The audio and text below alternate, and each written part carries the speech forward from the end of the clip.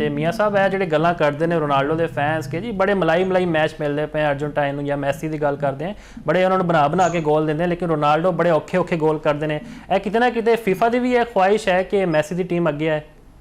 हाँ जी बिल्कुल, वैसे तो मैं समझदा वा कि अर्जेंटीना की अपना खुशकिस्मती है कि बिल्कुल इन्होंने जो मैच है वो काफी औखे नहीं बल्कि सौखे मिल रहे हैं, बड़े आसान मैच मिल रहे हैं। और स्पैशली हम 7 जुलाई को जो मैच है मिस्र के नाल दफा अपना प्री क्वार्टर फाइनल पहुंचने में कामयाब हुई है। फलस्तीन भी बाकायदा एक जश्न मनाया गया है और मेरा ख्याल है कि मिस्र का इस पहुंच जाना ही बहुत बड़ी कामयाबी है। और मेरा ख्याल है कि अगर कह दिया जाए कि अर्जेंटीना और मिस्र कौन जीतेगा तो फिर इसी तरह ही है कि एक क्लब लेवल की टीम को नेशनल लेवल की टीम के नाल जिहड़ा खिलाया जाए।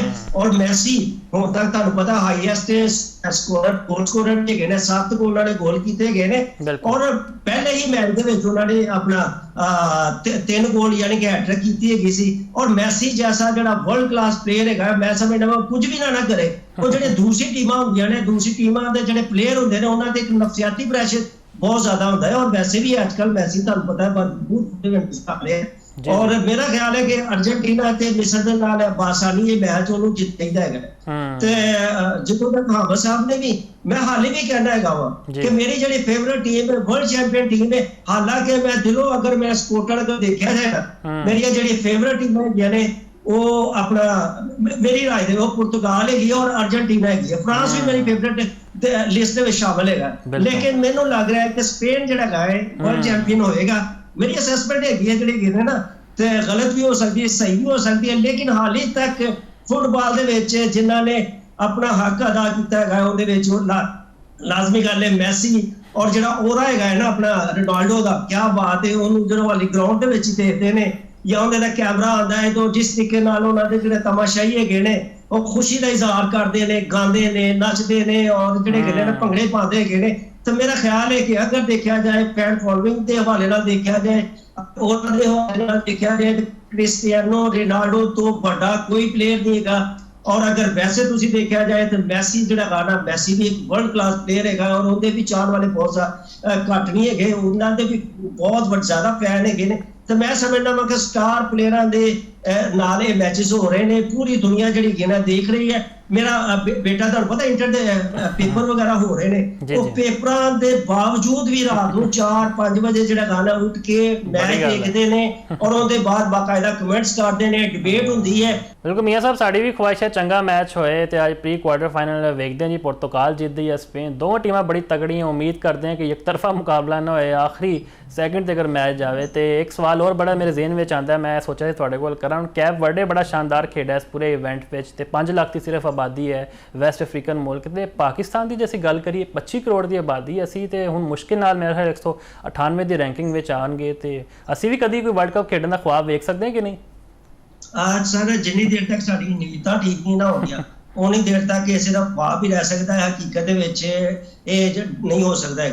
ये पता की है ये डंग टपाऊ पॉलिसी जी है ना अहदेदारां दी कोशिश है कि जो AFC और फीफा तो पैसे मिलते हैं उहदे नाल भरपूर तरीके नाल टूर किए जान, याशी की जाए और भारी भरकम जी तनख्वाहां लिखियां जान। ठीक है, और की करते हैं कि जो इंटरनेशनल सतह के कोई जोड़े ना क्लब लैवल के या कोई लीग वगैरह को लेके पाकिस्तान के जो खिलाड़ी खेलते हैं उन्होंने वक्ती तौर पर इकट्ठा करके एक नैशनल टीम बना देते हैं। उहदे नाल यह होंदा है कि चलो जो ना थोड़ी बहुत इज्जत बच जाती है कि असीं हारते हैं तो ना वो इज्जत वाली हार सानूं मिल जाती है। इत्थे जिहड़ा गाना जिन्नी देर तक पाकिस्तान दे रह के तुसी टैलेंट हंट ना करोगे सर जी, बड़े बड़े जिहड़े ने ना इत्थे टैलेंट की कोई किसी तरह की कमी नहीं हैगी। टैलेंट हंट नेक नीयत नाल कीता जाए और ते बड़े अच्छे प्लेयर निकल सकते हैं ना और उन्होंने फिर अच्छे तरीके नाल ट्रेन किया जाए। और मेरा ख्याल है 3 ਤੋਂ 5 साल का एक स्पैन है। अगर पाकिस्तान हॉकी फुटबॉल फेडरेशन के जो अहदेदार ने नेक नीयती दे नाल और अच्छी प्लैनिंग दे नाल चलन तो मेरा ख्याल है कि असी बहुत अच्छे जो लैवल पर जा सकते हैं। हाली असी जो ना साड़ी जोड़े है ना असी जी सैफ गेम जी ना सैफ गेम यानी कि साउथ एशियन कंट्रीज तक असी सिर्फ ਜਾ ਸਕਦੇ ਹੈਗੇ। ਇਸ ਤੋਂ ਅੱਗੇ ਸਾਡੀ ਹਾਲੀ ਦਾ ਸੋਚ ਹੈਗੀ ਹੈ, ਅਪਰੋਚ ਹੈਗੀ ਹੈ। ਅੱਗੇ ਸਾਊਥ ਏਸ਼ੀਅਨ ਸਤਹ ਤੇ ਸਿਰਫ ਅਸੀਂ ਖੇਡ ਸਕਦੇ, ਏਸ਼ੀਅਨ ਤੱਕ ਵੀ ਨਹੀਂ ਅਸੀਂ ਹਾਲੀ ਤੱਕ ਜਾ ਸਕਦੇ। ਸਾਨੂੰ ਸਟੈਪ ਬਾਈ ਸਟੈਪ ਅੱਗੇ ਜਿਹੜਾ ਹੈਗਾ ਸਫਰ ਕਰਨਾ ਪਏਗਾ।